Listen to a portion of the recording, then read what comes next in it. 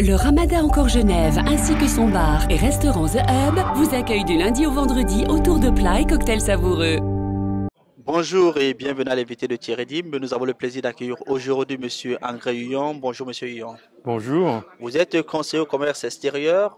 La première question qui me vient à l'idée est de savoir est-ce que la situation aujourd'hui de la France est bonne? Est bonne.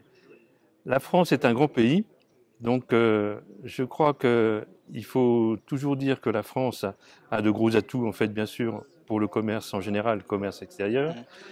Je pense que la situation est difficile, comme beaucoup de pays, et je pense que les entreprises françaises méritent d'avoir de bonnes études de marché, bien sûr, pour essayer de trouver des bonnes niches et découvrir donc des bons produits qui s'adaptent à ces niches dans différentes zones du monde et gagner du terrain.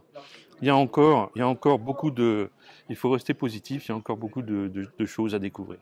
Alors, d'un côté également, on se rend compte que la France souhaite que ces entreprises aillent à l'extérieur s'implanter et faire du business. De l'autre côté, on se rend compte que la France pratique du protectionnisme sur certains secteurs d'activité. Est-ce que, quelque part, la France n'a pas un double langage? C'est un double langage aussi, pas qu'en France, mais aussi dans d'autres pays.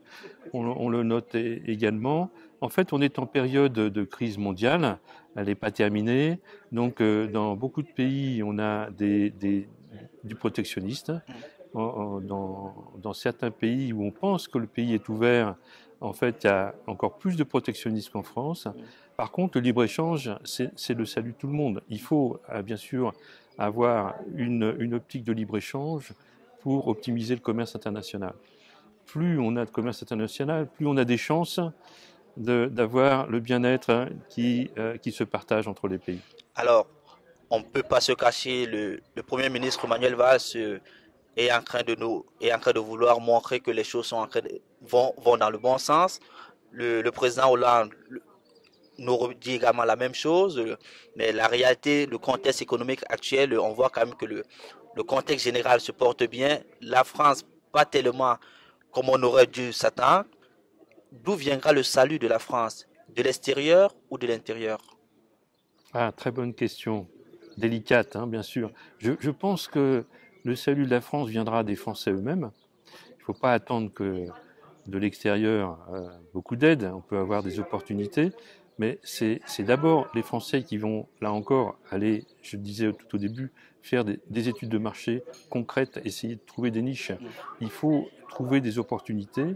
Il y a des opportunités. La France a des atouts encore considérables, même si il y a des choses qui se sont dégradées, ou des domaines d'activité ou des secteurs qui souffrent.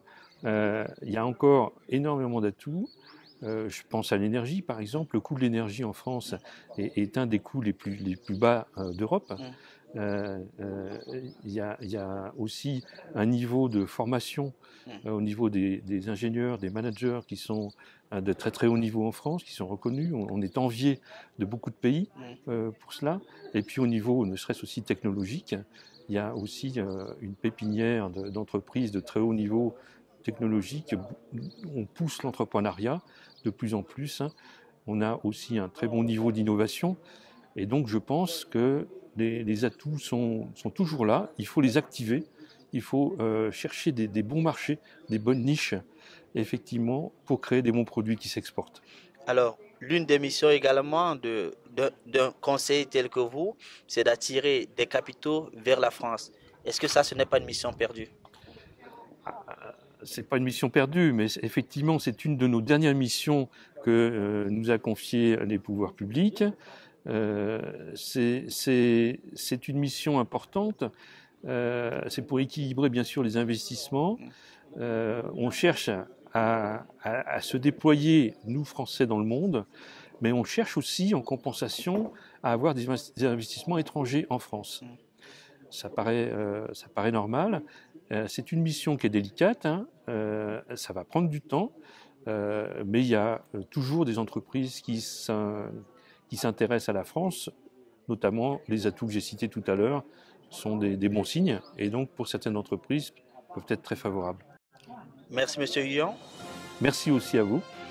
Quant à vous, nous vous donnons rendez-vous très prochainement avec un nouvel invité. Au revoir.